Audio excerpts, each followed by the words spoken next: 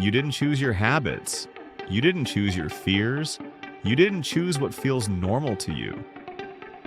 You were trained for this, not by your parents, not by school alone, but by repetition, by reward, by comfort.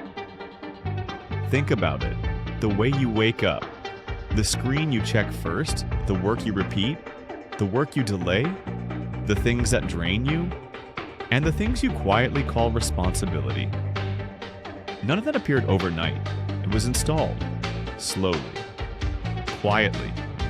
So quietly, it never felt like training. Training doesn't look like control.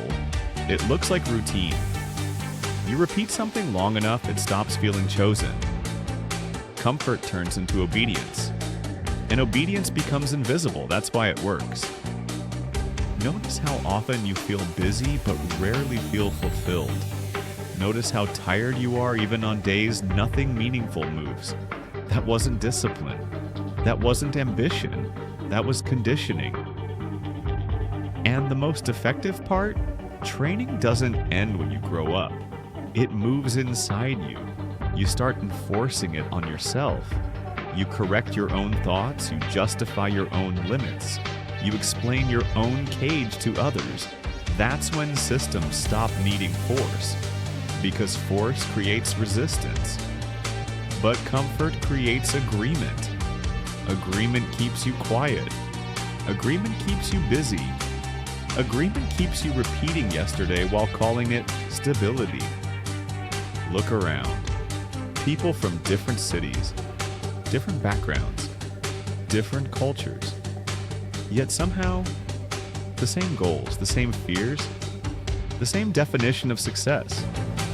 When individuality disappears at scale, it's not coincidence. It's calibration.